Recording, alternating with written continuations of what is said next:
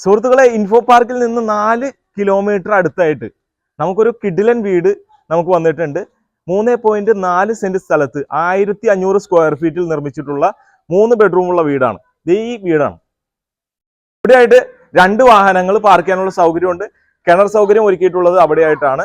അപ്പൊ നമുക്ക് ഇവിടെ സിറ്റ് ഔട്ട് ഒരുക്കിയിരിക്കുന്നു. ഇനി നമുക്ക് അകത്തേക്ക് കയറാം.